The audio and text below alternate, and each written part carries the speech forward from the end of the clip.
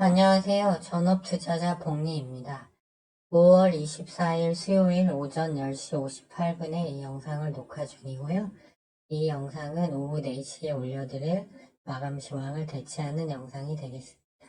현재 나스닥 선물 흐름을 보시면 어제 미국 증시가 하락이 나왔는데 지금 현재 보합권에서 움직이는 모습이고요. 아시아 증시를 보면 최근에 신고가를 경신한 일본 증시가 1% 정도 하락 중이고, 그 다음에 상하이 본토 증시와 중국 항생 증시가 각각 1%, 1.2% 하락 중입니다. 그래서 중국 증시 추세가 좀 안 좋아졌는데요. 그 이유는 중국의 리오프닝 코로나 이후 이제 다시 경기를 부양하고자 하는 정책의 효과가 좀 미비하게 나타나고 있는 와중에 신종 코로나 변이가 퍼져서 하루 확진자 수가 수천만 명에 이른다고 해요. 그래서 애써 다시 시작한 리오프닝이 무산되는 거 아닌가라는 그 우려가 작용하고 있는 것 같습니다. 그래서 지금 중국 정부에서 백신을 준비를 하고는 있다는데 그 효과가 과연 있을지, 그래서 이 부분을 조금 이제 주의 있게 봐야 되지 않을까, 이런 생각이 듭니다. 그러면 이제 일단 해외 증시 위치를 다시 한번 좀 체크해 볼 필요성이 생겼는데요. 다우지수 일봉 차트를 보시면 21선 밑으로 내려와서 61선을 살짝 이탈한 상태입니다. 그래서 조금 일단은 이 하단 라인이 여기가 깨지면 안 되거든요. 근데 일단은 좀 내려와서 일단은 좀 좋지 않은 모습이고요. 나스닥은 일봉상 5일선을 이탈했죠. 그리고 분봉으로 보면 현재 괌에도 시그널이 떠 있긴 하지만 여기서부터 올라갔던 빨간색 20일 이평선이 밑으로 꺾였어요. 그래서 부채한도 협상에 따라서 조금 변수가 생긴 것 같습니다. 이 정도 보시면 될 것 같고요. 지금 부채한도 협상이 잘 안 되고 있는데 오전 영상에서 설명드렸듯이 바이든이 꼭 필요로 하는 예산인 친환경 법안 관련 예산 그리고 학자금 대출 이거 표에 그 투표 수하고 관계된 거죠. 이거를 공화당이 자꾸 삭감하라고 요구하고 있어서 협의가 잘 되고 있지 않는 거고 사실상 이번 주 일요일까지 협의가 안 된다면 옐런 의장이 말한 6월 1일 미국 엑스레이트 디폴트 우려가 실제로 생길 수도 있을 가능성이 좀 많아졌다고 보여집니다. 그리고 만일 이 예산을 줄인 채로 협상이 완료되면 자동차라든가 반도체 이런 보조금이 줄어드는 거니까 꼭 타결이 호재라고만은 볼 수 없을 것 같고요. 바이든 대통령이 예전에 오바마 대통령 때처럼 오바마 대통령 때도 그 부채한도 협상이 안 돼서 디폴트가 간 적이 있는데 오히려 그것은 그 오바마의 재선에 많은 도움을 줬거든요.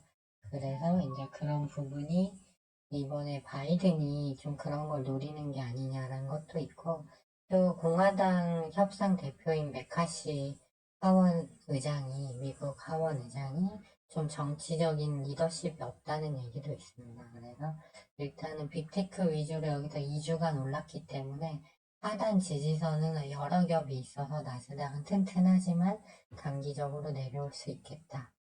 이렇게 보시면 될 것 같고요.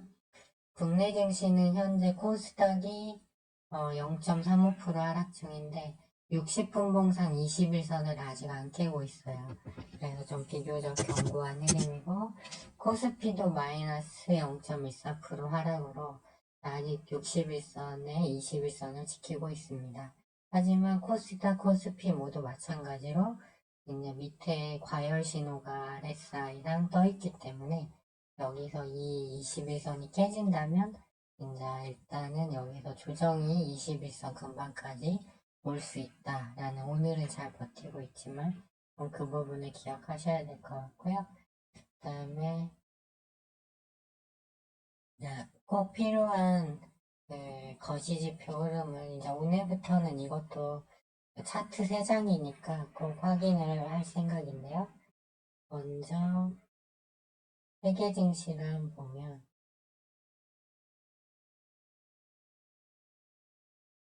다우지수 다 주봉 차트입니다. 근데 다우지수는 좀 여기서 이제 음봉이 좀 많이 나와서 안 좋은 모습. S&P 500 같은 경우도 일단 음봉이 좀 나오고 있고, 나스닥은 견고하지만 아까 일봉상 보셨을지 5일선 살짝 이탈. 독일 증시도 신고가 경신후 소폭 하락.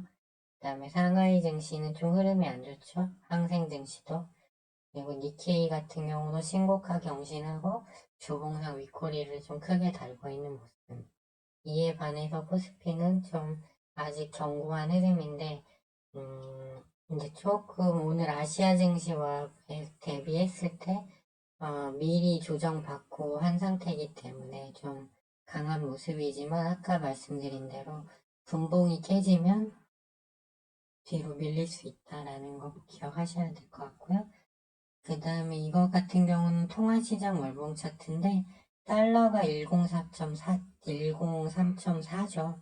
그래서 아직 105를 돌파하지는 못했지만 조봉상 양봉이고 원달러 환율은 이때 1340원에서 소폭 내려와서 1318원. 그 다음에 엔화 같은 경우는 엔화와 위안화는 좀 상승 추세가 뚜렷이 눈에 보이죠. 그래서 통화시장 흐름은 조금 주의를 필요로 한다 이렇게 보이고, 이제 기타 지표를 보시면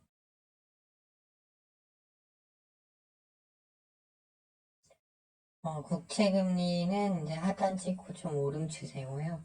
금도 이제 고점 찍었다가 일단은 저 중간 정도에서 흐름 보고 있는 것 같고, 빅스 지수, 공포 지수가 역대급으로 낮은데 현재 미국 증시의 그 투자 그 방향계는 탐욕 부분 74에 와 있어요. 근데 항상 탐욕이나 극단적 탐욕 구간에 들어가면 증시 조정이 나왔다는 걸 꼭 기억해야 되겠고요.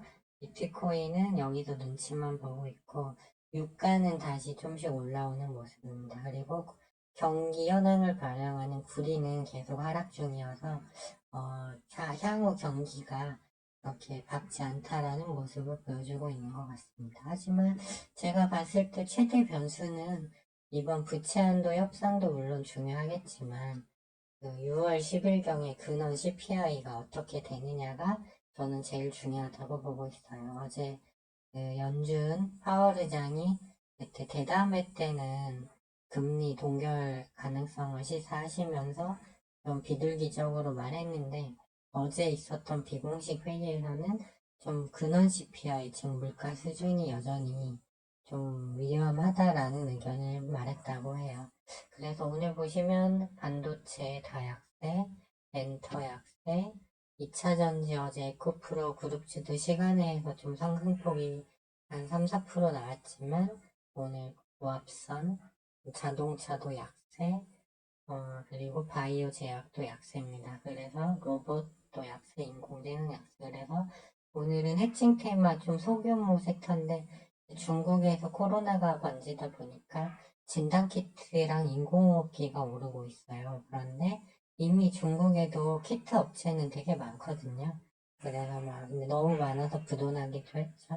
그래서 이거는 이제 그렇게 보시면 될 것 같고, 사료주가 이유는 모르겠는데 오늘 누보 미래상용량이 강한 모습이에요. 그래서 뉴스를 검색해 봤더니 윤 대통령이 세계 식량 부족한 나라 지원 적극하겠다라고 G7 회의 때 말했다는 게 이유라는데, 그 얘기는 일요일 날 했는데 오늘은 수요일이잖아요. 그리고 우리나라는 식량 자금률이 20%도 안 되는 나라죠. 그래서 그냥 이거는 밈주식처럼 올라간다 이렇게 보시면 될 것 같고, 그다음에 이제 식료품입니다. 식료품이 요즘 좀 테마가 됐죠. 그래서 의양, 마니커, FNG, 뭐 CJ 시푸드, 대한제당에서 요 정도 섹터 3개 정도만 움직이는 흐름이고, 제가 가지고 있는 해칭 테마 중 하나인 히토류 쪽은 오늘 좀 약세 흐름입니다. 유니온 머티리얼은 4.4%까지 빠졌다가 보합권, 그다음에 삼화전기는 여기서 오늘 또 하락 약간 밀리면서 출발해서 오늘 또 밀리고 있어요. 하지만 저는 계속 들고 갈 예정이고요. 유니온 머티리얼 경우는 제가 말씀드렸듯이 4,500원대 지지 구간을 일단 확인을 했어요.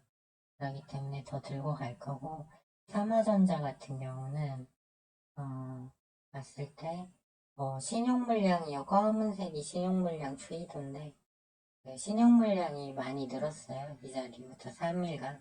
그래서 거래량 없이 실망 매물이 나오는 걸로 보고 있어서 큰 무리는 없다고 보고 있습니다. 보시면 오늘은 코스피는 외국인이 한 160억 사고 있고 이제 기관은 수급이 왔다 갔다 하거든요. 오늘 기관은 1388억 매도 중, 그다음에 코스닥은 외인이 1300억, 기관이 890억 매도하면서 좀 밀리지만 개인 매수세로 일단 버티는 모습입니다.